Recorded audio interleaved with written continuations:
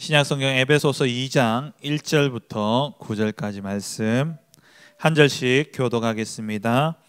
그는 허물과 죄로 죽었던 너희를 살리셨도다.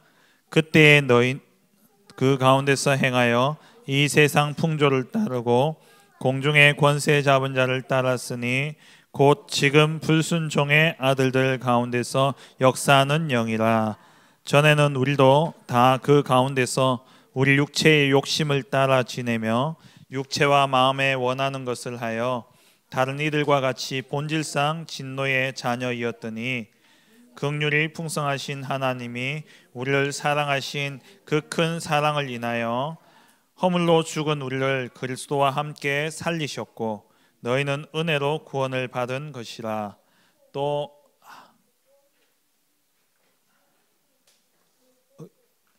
넘어가야 되는데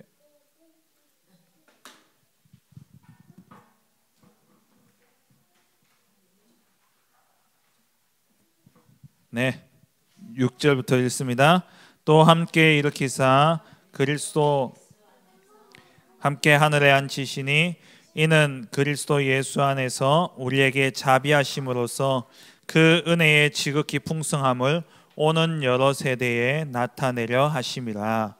너희는 그 은혜에 의하여 믿음으로 말미암아 구원을 받았으니 이것은 너희에게서 난 것이 아니요 하나님의 선물이라. 행위에서 난 것이 아니니 이는 누구든지 자랑하지 못하게 함이라. 아멘. 오늘 제목이 뭐예요? 구원이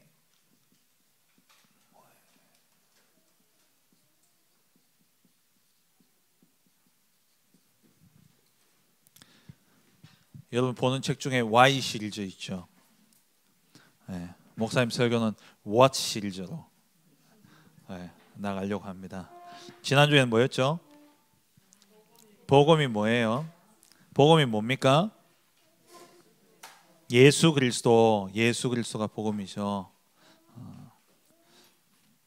이 복음은 선지자들로부터 미리 예언되어진 것인데 예수님이 이 땅에 오셔서 십자가에 죽으심으로 완전히 성취되어졌어요.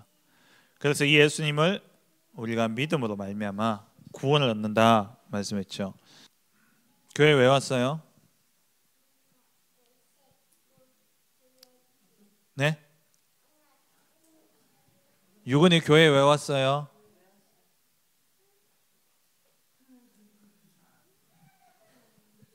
여러분 교회 왜 왔어요?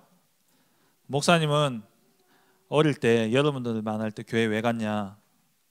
엄마한테 혼나니까. 엄마한테 혼나니까 교회 갔었어요.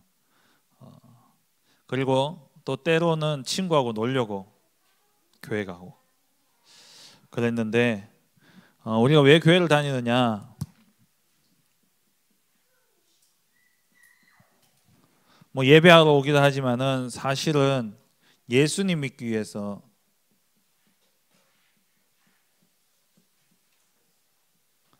교회 오죠. 예수 믿는데 사실 더 근본적으로 이야기하면 교회 오는 이유는 구원받고 구원의 축복을 누리기 위해서 오는 겁니다. 그러면 오늘 우리가 이 구원은 왜 받아야 되고 구원이 필요한 이유가 뭐냐? 왜 구원받아야 되냐? 첫째, 우리가 구원받기 위해서 교회에 오고 예수님을 믿는데 많은 사람들이 구원에 대해서 잘 몰라요. 오늘 총 4가지로 살펴볼 텐데요. 구원에 대해서 사람들이 잘못 알고 있는 것, 그리고 진짜 구원이 뭐냐? 그럼 구원 어떻게 받냐?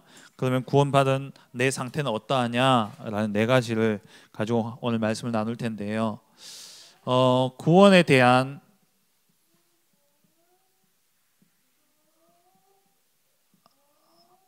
오해를 사람들이 많이 하고 있어요.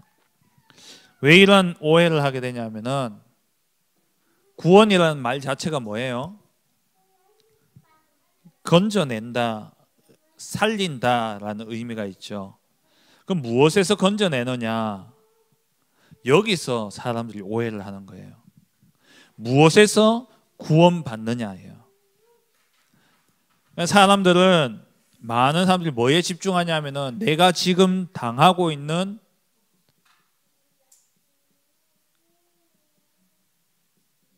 문제에 집중하는 거예요. 내가 당하고 있는 지금 고통이라든지 어려움, 또 여러 가지 힘든 상황, 환경, 이런 것에 사람들이 집중하는 거죠. 그래서 여기서 빨리 내가 빠져나왔으면 좋겠다. 아픈 사람은 내가 빨리 이 질병에서 낫고 싶다.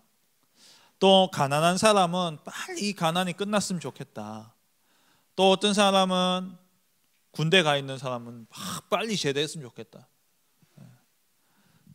그런 현실과 상황에서 벗어나려고, 거기서 벗어나는 게 구원이다라고 생각하는 거예요.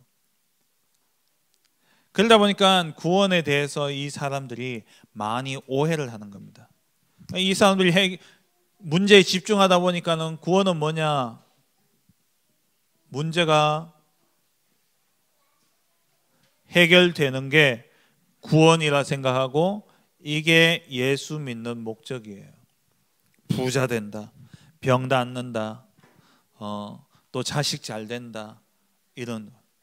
근데 이런 이야기는 절에 가도 똑같아요. 또 성당에 가도 똑같아요. 그러다 보니까 이 사람들이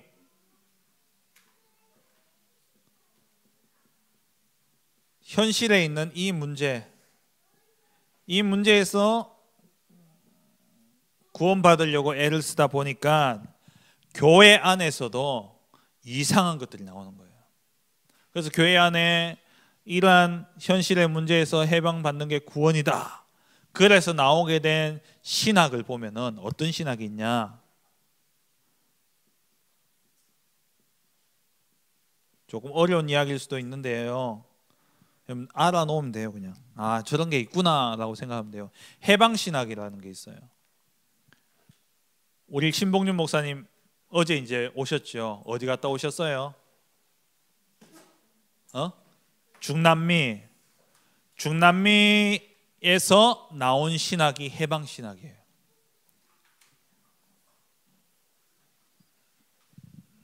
미국 대륙을 발견한 사람 이름 뭐죠? 콜럼버스. 이 콜럼버스가 언제예요? 1492년도에 미국 대륙을 발견했는데, 그때 이 미국 대륙의 배들이 이제 가서 무역을 하고 이랬거든요. 근데 그때에 그 배를 타고 들어간 사람들 중에 누가 있냐? 선교사님들이 계셨어요. 이 선교사님들이 배를 타고 들어가는데, 그때 스페인이나 또 포르투갈 이런 나라들은 다 무슨 국가냐? 가톨릭 국가예요. 가톨릭 국가. 근데 이 사람들이 들어가서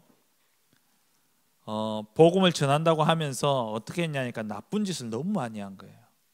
그 나라의 소중한 자원들, 뭐 다이아몬드나 뭐 이런 것들 있죠. 그런 것들도 막 빼앗아가 버리고 사람들 말 안 들으니까 막 노예로 삼고 두들겨 패고 막 이렇게 하다 보니까 정치, 경제, 사회, 문화 이것들이 유럽의 사람들에 의해 가지고 중남미 사람들이 너무 시달리는 거예요. 그래서 가톨릭의 신부 중에 또 신부들이 막 하면서 그 중남미 사람들이 당하고 있는 어려움들, 그 문제에서 해방되어지는 것이 구원이다. 예수님이 왜 왔냐? 이 문제 해결하려고 왔다. 그래서 구원은 해방이다. 이래가지고 나온 게 해방신학이에요. 맞아요, 틀려요? 틀린 거 알겠죠, 여러분들?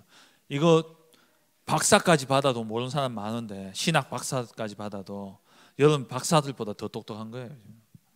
그리고 또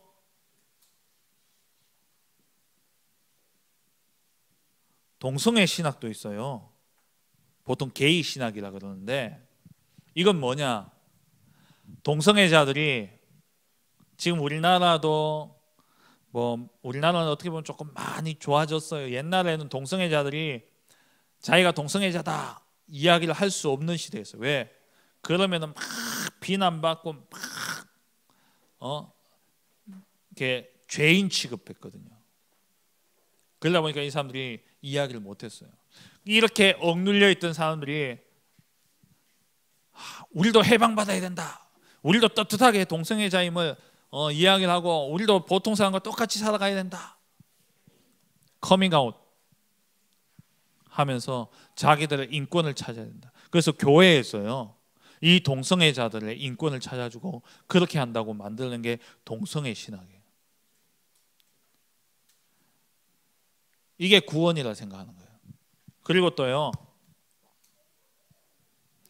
옛날에는요, 우리나라 조선시대에는 여자들은 남자들하고 밥상 같이 못 먹었어요.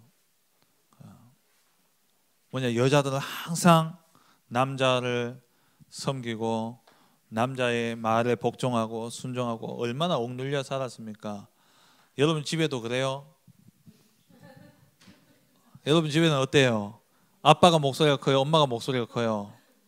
요즘 시대가 많이 바뀌었지요. 우리 집은 어떤지 모르겠어요. 그렇게 억눌린 여자들을 해방시켜야 된다. 그래가지고 나온 게요, 여성신학이에요. 참 좋은 거죠. 왜? 힘든 사람들을 도와주려고 하는 거니까 좋은 거예요. 근데 이게 구원은 아닌데 이게 구원이라 생각한 거예요. 그리고 또 보면은요, 흑인 신학이 있어요. 흑인 신학은 왜 나왔을까요? 옛날에 흑인이 다 모였어요. 아프리카에 있던 흑인들이 다 노예가 되어버렸죠.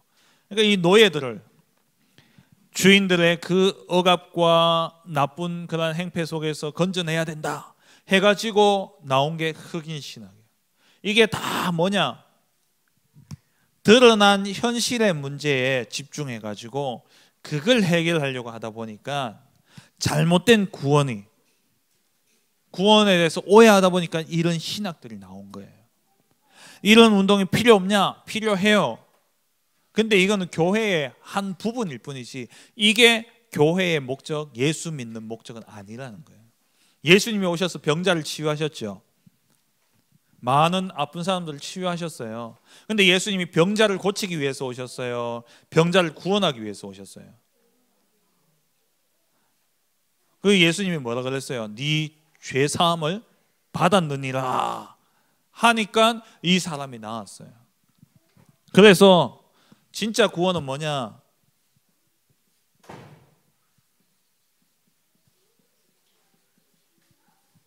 진짜 구원은 어디서부터 시작되어지느냐? 눌러주세요. 네, 됐어요. 진짜 구원은 어디서 시작되어지느냐? 오늘 네 가지를 볼 텐데요. 문제를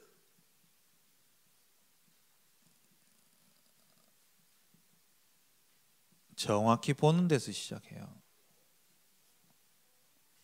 참된 구원은.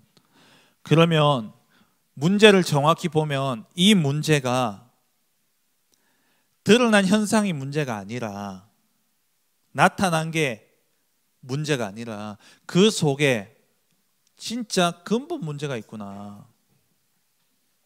다시 말하면 문제에 원인이 있다는 거예요. 원인이.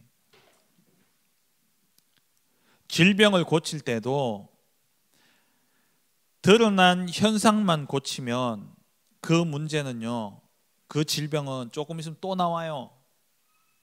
또 나온다니까요. 그러면 뭐 해야 되냐? 그 질병이 올 수밖에 없었던 근본 문제를 해결해야지 과거, 현재, 미래의 질병이 다 끝나는 거예요. 그러면 잘 보세요. 지금 나타난 이 문제만 해결하면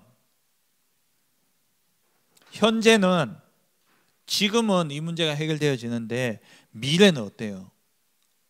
또 문제가 올 수 있는 거예요. 문제의 원인을 정확하게 알고 치유해야 돼요. 목사님이 오른쪽 눈이 약해요. 눈이 자꾸 빨개지거든요. 그러면 많은 분들이 목사님 피곤한갑다. 목사님 좀 쉬셔야 되는데 이래요. 그 말 들으면 저는 참 기분이 좋아요. 쉬어야 된다니까. 되게 열심히 일한 것 같잖아요. 그죠? 근데 목사님이 이것 때문에 병원을 10군데 이상 가봤거든요. 조금만 별로 안 피곤한 것 같은데 또 눈이 빨갛고 이래요. 그래 알레르기가 아닌가 싶어서 가보니까 병원에 가니까 이게 빨개졌다가 또 괜찮아졌다가 빨개졌다가 괜찮아졌다가 이러면서 눈에 염증이 생겼다가 없어졌다 생겼다 없어졌다 이랬거든요. 그러다 보니까 이 염증이 흉터로 남은 거예요. 흉터는 살이 되잖아요. 살에는 핏줄이요 파고 들어간대요. 그 살에는. 그래서 이 실핏줄이 자꾸 자라가지고 까만 동자까지 이렇게 들어오는 거예요. 그래서 눈이 자주 빨개진다는 거예요. 이거 수술해야 된다는 거예요. 그래가지고 제가 한 몇 년 전에 수술을 했어요. 수술을 하면서 의사 선생님이 뭐라 그랬냐, 근데 이거 재발 잘 된다는 거예요. 그래서 또 심해지면 또 수술을 해야 된대요. 수술하고 한 3년 4년 동안 눈 빨개지는 게 없었거든요. 근데 요즘 또 조금 피곤하고 또 그러다 보니까는요 또 그래요. 그래서 뭐 당장에는 수술 안 해도 되겠지만 또 수술하면 또 괜찮아질 거예요. 그러니까 뭐냐, 그전에는 몰라가지고 10년 동안 목사님 뭐 했냐, 안약만 계속 넣었다니까요. 빨개지면 안약 넣고 그럼 조금 있으면 또 괜찮아져요. 그럼 또 조금 있으면 또 빨개지는 거예요. 또 그러면 안약 넣고 그러면 괜찮아져. 그래서 그게 계속 반복되는 거예요. 그럼 안약 넣으면 괜찮아져서 치유됐어. 근데 조금 있으면 또 나타나. 이게 왜 구원이 될 수 없냐? 이렇게 해서 해방되어지는데 중남미의 사람들이 돈이나 뭐 그 유럽의 그러한 압제에서 다 해방되어지니까 괜찮아질 줄 알았는데 조금 지나니까 또 경제가 나빠지니까 지금 베네수엘라 같은 경우에는요 빵 한 조각 먹으려면 빵 한 조각 사 먹으려면 돈을 얼마나 가져가야 되는 줄 알아요? 베네수엘라 돈을 이만한 자루예요. 가득 가져가도 빵을 사 먹을까 말까요? 우리나라 돈으로 빵 한 조각이 1조 넘을 때도 있을 때요. 감각이 안 오죠. 1조가 뭔지. 1억은 느낌이 와요? 1억이 많아요, 작아요? 많죠. 지금 아파트 한 채가 몇 억이냐, 여기 현풍 같은 2억 3억 4억 이렇게 해요.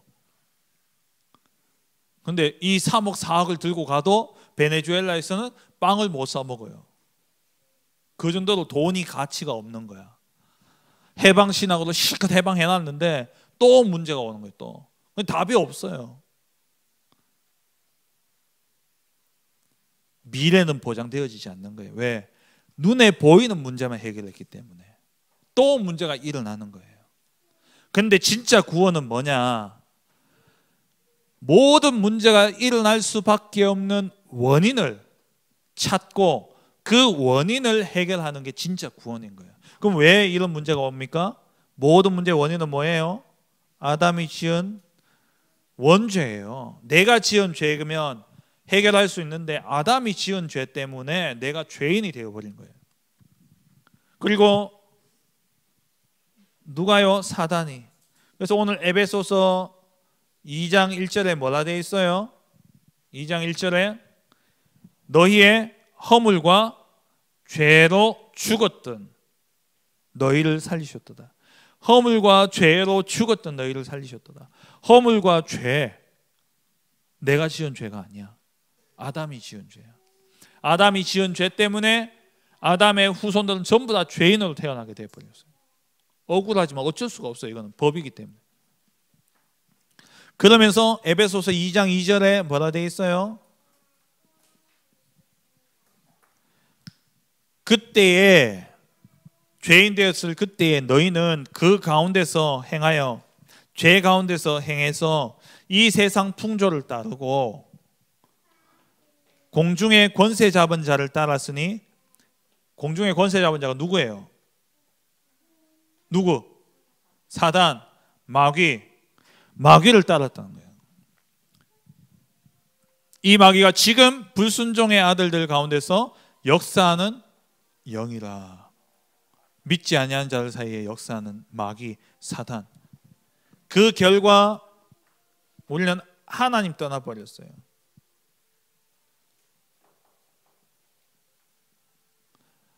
하나님을 떠나버렸기 때문에 모든 것이요, 우리에게 좋던 것도 하나님 떠난 순간 모든 게 우리에게 나쁜 것이 되어버린 거예요. 하나님 떠난 순간 우리의 영혼이 하나님 떠남으로 병들게 되어졌어요. 영혼이 병드니까 마음, 생각, 정신도요 병들어요. 마음, 생각, 정신이 병드니까 육신도 병드는 거예요. 이렇게 병든 사람이 세상을 지배하고 세상을 다스리고 세상을 이끄니까 세상도 병드는 거예요. 모든 문제가 어디서 왔냐? 하나님 떠난 문제예요.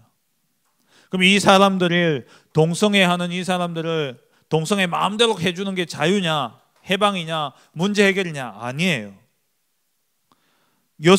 여자들이 남자들의 압제 가운데서 얼마나 많이 두들겨 맞기도 하고 그랬습니까? 그런 데서 빼준다고 이 사람이 구원받냐? 아니에요. 진짜 구원은 뭐냐? 이 모든 문제가 올 수밖에 없는 원인이 있다는 거예요. 그 원인이 해결돼야지 이 문제가 해결되어져요. 그 원인이 뭐냐? 하나님 떠난 문제예요. 하나님 떠난 문제. 그래서 여기에 대한 해답을 하나님이 주셨어요. 누굽니까? 그게 뭐예요? 해답이 복음. 복음은 예수 그리스도. 그리스도가 뭐가 되셨어요? 참 제사장. 순서대로 갑시다. 그 다음 참 사탄을 이긴 왕. 그리고 하나님 만나는 길 대신 참 선지자. 그래서 예수가 복음이에요. 예수가 해답인 거예요. 근데 이 사람들이 이 구원에 대해서 오해하다 보니까 예수님을 부분적인, 예수님은 근본 문제를 해결하러 왔는데 이 예수님을 이런 드러난 현상을 해결하는 자로 오셨다고. 그래서요, 저기 남미에 가면은요,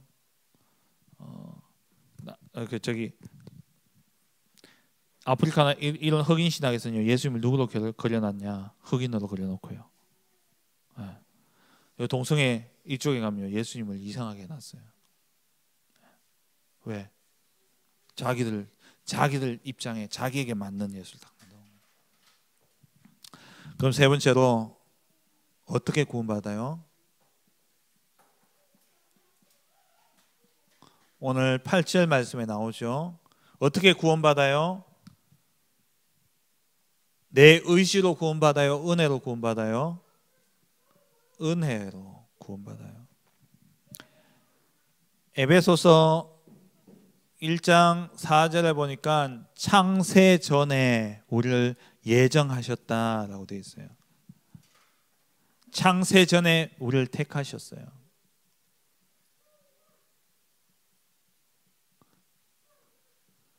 이게 은혜예요. 창세 전에 선택받았다는 것은 여러분들 태어난 뒤에요, 태어난 전에요.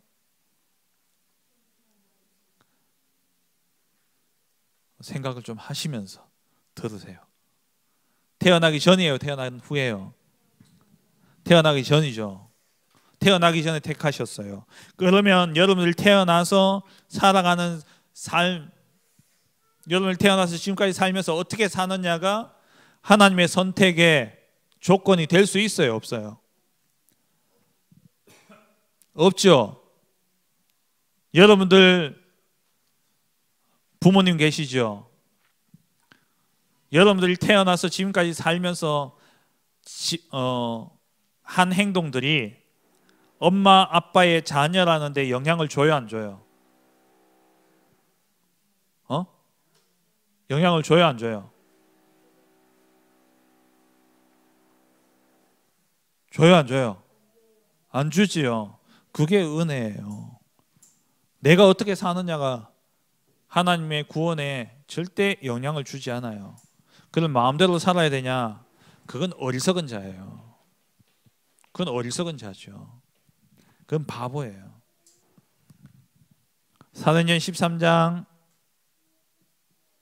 48절에 보니까 그날에 영생 주시기로 작정된 자는 다 믿더라. 하나님이 하나님이 선택하신 자, 하나님이 구원 주시기로 작정된 자, 하나님이 선택하신 거예요. 이게 은혜예요.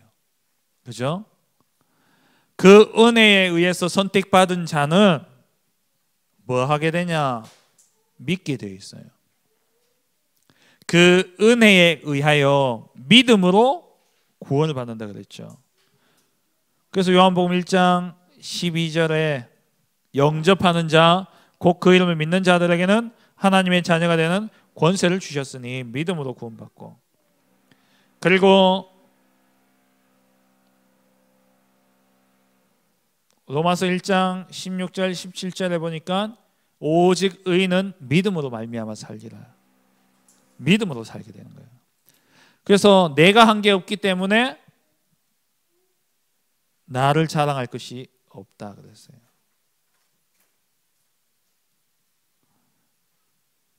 구원은 특권이 아니에요. 하나님의 은혜예요. 하나님 주신 은혜이기 때문에 우리가 자랑해서는 안 되는 거죠. 전도하는, 드러나는, 그러니까 내가 자랑한다는 이 말은 어떤 교만해서는 안 된다는 말이에요. 전도하기 위해서 말하는 이런 자랑은 해야 되고 교만해서는 안 된다는 거예요. 두 번, 마지막으로 그 구원받은 상태는 어떠냐? 우리의 과거, 누구 죄예요? 내 죄예요? 아담의 죄예요? 내가 묻잖아. 내가 지금 질문하잖아.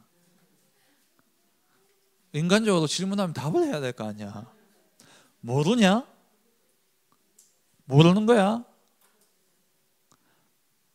나의 과거 누구 죄 때문이에요? 아담의 죄. 아담의 죄이기 때문에 원죄는 곧 뭐냐? 과거 문제예요. 이 과거 문제 때문에 현재 나는 누구 자녀예요? 누구 자녀? 에베소서 2장 1절에 죽었던, 과거 시제죠. 죽었던이고, 현재 시제 2장 2절에 지금 불순종의 아들들 가운데서 역사하는 영, 지금. 그리고 미래 6절에 하늘에 앉히신다. 천국이죠. 지금 마귀 자녀.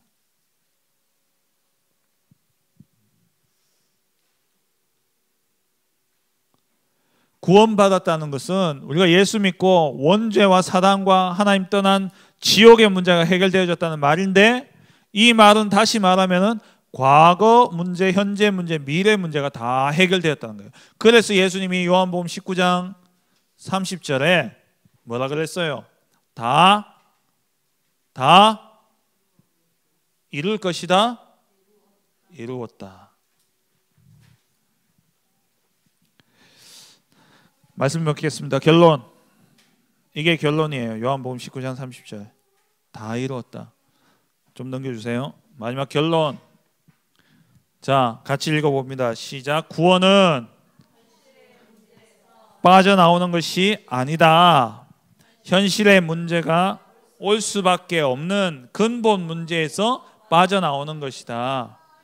근본 문제가 해결되었기 때문에 과거도 현재도 미래도 더 이상 문제가 아니다. 그리스도 약속 붙잡고 기다리면 된다. 자, 다시 설명할게요. 지금 현실의 문제만 딱 해결되어지면은 원인이 해결 안 되어지면 또 문제가 나오게 되어 있어요. 그죠? 근데 문제의 원인이 해결되어지면 아직 내가 해결 안 된 부분들이 있지만 근본 원인이 해결됐기 때문에 시간이 지나면 어떻게 돼요? 해결돼요. 끝나는 거예요. 그래서 다 이루었다는 말은 내 눈에는, 내 삶에는 아직 문제가 남아있지만 그 문제가 올 수밖에 없었던 근본 문제 뭐예요? 원죄와 사단과 지옥, 하나님 떠난 문제가 해결되었기 때문에 하나님이 그 문제를 해결하시고 내 안에 성령으로 함께 하시기 때문에 이 문제는 아직 남아있지만 끝난 거예요. 끝난 거예요. 이게 구원이에요. 그래서 구원은 완전한 거예요. 그럼 우리 뭐하고 있으면 된다고요? 이 문제를 해결하신 그리스도 약속 붙잡고 기다리고 있으면 돼요. 기다리고 있으면. 뭐 하도록? 하나님이 해결하시도록. 아직 남아있지만, 아시겠어요? 완전한 구원은 하나님이 우리에게 선물로 주셨습니다. 이 구원의 축복을 가지고, 확신 가지고, 믿음 가지고 기다리면 하나님이 여러분 모든 삶 속에 해결하게 하시는 은혜가 있을 줄 믿습니다. 하나님 감사합니다. 오늘 이 한 날도 정말 주신 말씀을 붙잡고 참된 구원의 축복을 누리며 참된 구원의 증인 되어지는 우리 렘넌트들 되게 하여 주옵소서. 잘못된 구원을 가지고 살아가고 있는 이 세상 속에 참 구원의 소식을 증가하는 전도자로 축복하여 주옵소서. 예수 그리스도의 이름으로 기도합니다. 아멘.